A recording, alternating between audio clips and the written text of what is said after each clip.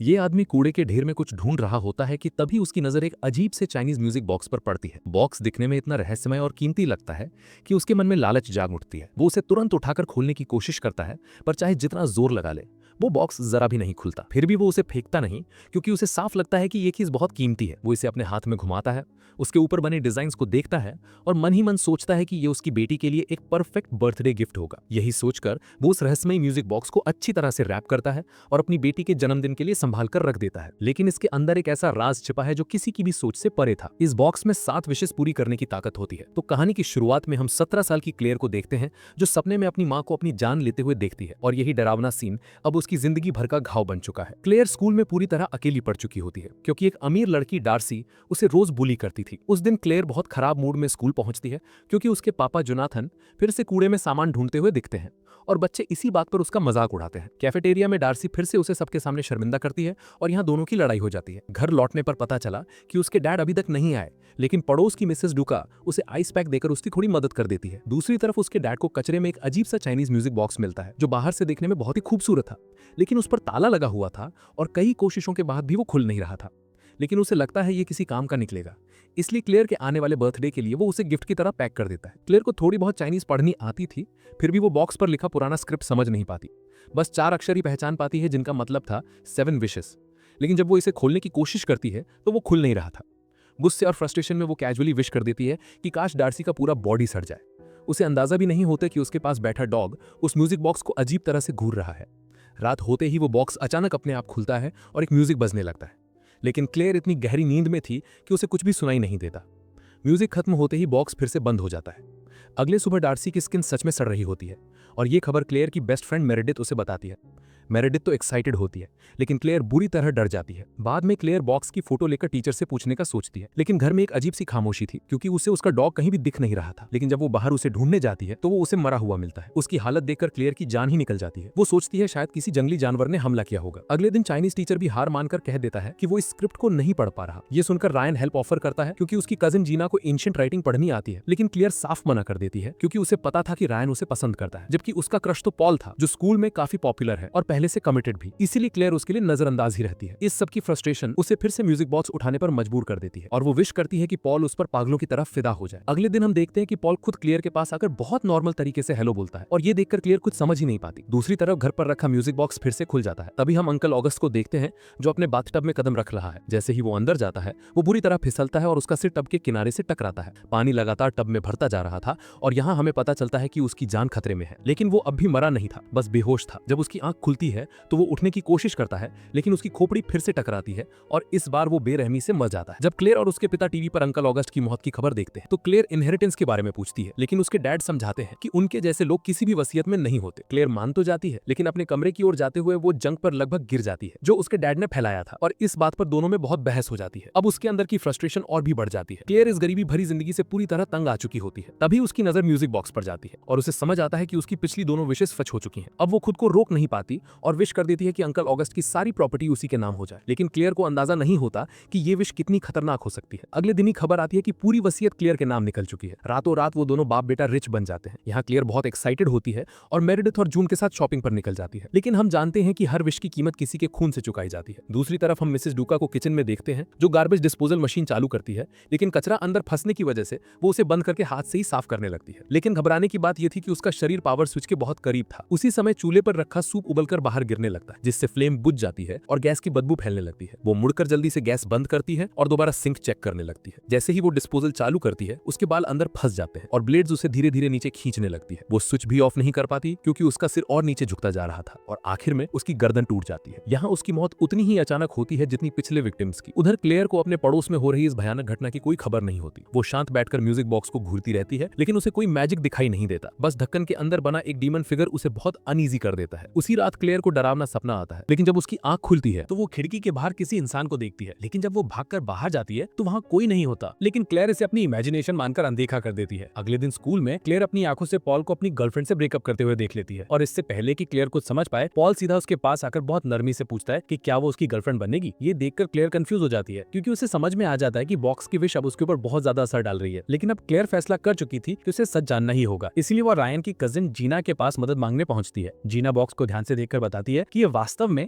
एक wishing box है और लिखा हुआ है कि इस पर हाथ फेरने से 7 विशेष सच हो सकती हैं, लेकिन अगर बॉक्स खो जाए या कोई इसे फेंक दे तो सारी विशेष टूट जाएंगी और जिंदगी वापस पहले वाली हालत में लौट आएगी। लेकिन आखिरी लाइन को जीना पढ़ नहीं पाती, इसलिए वो उसकी फोटो ले लेती है और बाद में ट्रांसलेट करने का फैसला करती है। यहाँ क्लेयर को थोड़ी राहत मिलती है और वो हल्का महसूस करते हुए घर लौटती है। लेकिन जैसे ही क्लेयर घर पहुंचती है, उसे अपने पापा फिर से कूड़ेदान में चीजें ढूंढते हुए दिखते हैं। ये देखकर क्लेयर बुरी तरह भड़क जाती है और वो अपने डैड पर खूब चिल्लाती है। जॉनथन खुद को डिफेंड करते हुए कहता है कि वो सिर्फ बोर्डम में ऐसा कर रहा था, लेकिन क्लेयर के लिए ये बहुत ह्यूमिलिएटिंग होता है। अपने अंदर के गुस्से और शर्म को सहन ना कर पाने पर क्लेयर अपनी चौथी विश मांग लेती है कि उसके पिता थोड़े क्लासी बन जाए और ट्रैश उठाने की आदत छोड़ दें। दूसरी तरफ जीना आखिरी लाइन ट्रांसलेट कर लेती है। उस पर लिखा हुआ होता है कि जब भी म्यूजिक खत्म होगा, विशर को खून से कीमत चुकानी होगी। ये समझते ही जीना के घर की सारी लाइट्स अचानक से बंद हो जाती हैं और फोन का सिग्नल भी गायब हो जाता है। डर के मारे वो भागकर रायन को बताने की कोशिश करती है, लेकिन तभी दरवाजा खुद ब खुद जोर से बंद हो जाता है और उसका फोन भी नीचे गिरकर टूट जाता है। मजबूर होकर वो अंधेरे में वापस अंदर जाती है और वहाँ उसे एक शैडो जैसी चीज दिखाई देती है। इससे पहले कि जीना कुछ समझ पाए, उसका पैर फिसल जाता है और एक नुकीली स्टैचू सीधे उसके सिर में घुस जाती है। लेकिन क्लेयर को इस बात की कोई भी खबर नहीं होती। वो खुश होती है क्योंकि उसे लगता है कि उसकी चौथी विश सच हो गई है, क्योंकि उसके डैड कई साल बाद अपना सैक्सोफोन निकालकर बहुत खूबसूरती से बजाना शुरू कर देता है। अगले दिन रायन अपनी कजिन को ढूंढते हुए उसकी लाश तक पहुंचता है और ये देखकर बुरी तरह हिल जाता है। बाद में वो क्लेयर को पकड़कर पूछता है कि क्या उसने पिछली रात कोई और विश की थी, क्योंकि उसे जीना के कंप्यूटर में सारी जानकारी मिल चुकी होती है। ये सुनकर क्लेयर घबरा जाती है और जवाब देने से मना करती है और वहां से भाग जाती है। अब यहाँ क्लेयर खुद को समझाती रहती है कि ये सब सिर्फ एक कोइंसिडेंस है, क्योंकि उसकी नई जिंदगी उसे बहुत पसंद थी और वो फिर से वापस अपनी पुरानी जिंदगी में लौटना नहीं चाहती थी। लेकिन स्कूल में उसके बारे में अफवाहें फैलने लगती हैं कि उसने पॉल को छीन लिया है और इस वजह से वो पहले से भी ज्यादा नापसंद की जाने लगी। लेकिन खुद चीजें ठीक करने की बजाय क्लेयर अपनी 5वीं विश मांग लेती है। अब वो चाहती है कि वो स्कूल की सबसे पॉपुलर लड़की बन जाए। उसी रात क्लेयर को पार्टी में बुलाया जाता है जो उसके क्लासमेट्स ने स्पेशली उसके लिए रखी होती है। यहाँ हमें पता चलता है कि उसकी 5th विश पूरी तरह काम कर चुकी है, क्योंकि हर कोई उसे बहुत ज्यादा वार्मथ के साथ वेलकम करता है और जो अटेंशन उसे कभी नहीं मिला था वो चारों तरफ से उस पर बरस रहा होता है। इसी अटेंशन को पाने के बाद क्लेयर के लिए म्यूजिक बॉक्स अब उसका सबसे वैल्यूएबल ट्रेजर बन चुका था। लेकिन सेलिब्रेशन के बीच भी डर उसका पीछा नहीं छोड़ता। उसी रात उसे फिर से एक भयानक नाइटमेयर आता है। इस बार भी वही मिस्टीरियस फिगर उसे दूर से घूरता हुआ दिखाई देता है। क्लेयर डरकर उसके पीछे भागती है, लेकिन इससे पहले कि उसे पकड़ पाए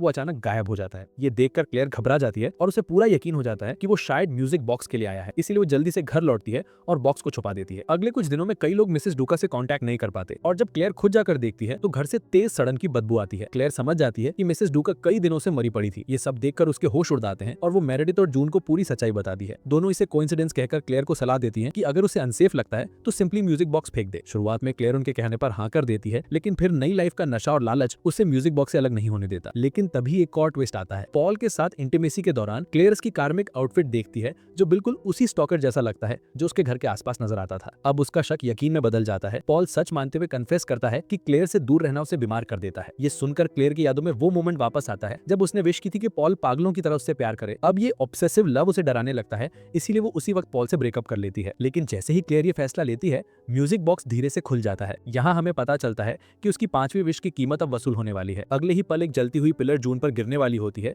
लेकिन मेरेडिथ उसे खींचकर बचा लेती है। इसके बावजूद भी बॉक्स खुला ही रहता है। अब हम जॉनथन को देखते हैं जिसकी कार अचानक ब्लो आउट हो जाती है और वो बीच सड़क टायर बदलने लगता है। इसी दौरान उसका रेंच कार के नीचे फंस जाता है। जैसे ही जॉनथन उसे निकालने की कोशिश करता है, कार का टायर सामने से आ रही दूसरी कार से टकराकर उछलता है और लगभग जॉनथन को मार ही देता है। जॉनथन इस बार तो बच जाता है, लेकिन हमें पता है कि बॉक्स विश के बदले खून लेगा। दूसरी तरफ मेरेडिथ एलिवेटर लेती है, तभी अचानक लिफ्ट मेलफंक्शन हो जाती है। वो हेल्प के लिए कॉल कर ही रही होती है कि दरवाजा फिर से खुल जाता है और अगले ही पल लिफ्ट ऊपर से 30th फ्लोर से नीचे गिर जाती है, जिससे मेरेडिथ की इंस्टेंट मौत हो जाती है और उसी समय बॉक्स भी बंद हो जाता है। इसके बाद रायन क्लेयर के पास आता है और वो बताता है कि उसने खुद इन्वेस्टिगेट किया है और एक हॉरिफाइंग सच सामने आता है कि जिन लोगों के पास पहले ये म्यूजिक बॉक्स रहा वो शुरू में बहुत सक्सेसफुल हुए, लेकिन फिर उनके आसपास के सारे लव्ड वंस एक एक करके मरते गए और उनकी सफलता की कीमत हमेशा खून में चुकाई गई। अब यहाँ से कहानी और भी दिलचस्प हो जाती है, क्योंकि क्लेयर को समझ में आ रहा होता है कि उसकी हर विश उसके किसी अपने को बेरहमी से मार रही है। रायन की बात क्लेयर के दिमाग को पूरी तरह हिला देती है। वो बताता है कि हर ओनर का अंत भी बहुत अजीब और रहस्यमय तरीके से हुआ था और उसकी थ्योरी साफ कहती है कि 7 विशेस पूरी करते ही मौत खुद विशर को ढूंढने आती है। ये सुनकर क्लेयर की जान निकल जाती है और डर के मारे वो रायन से गुहार लगाती है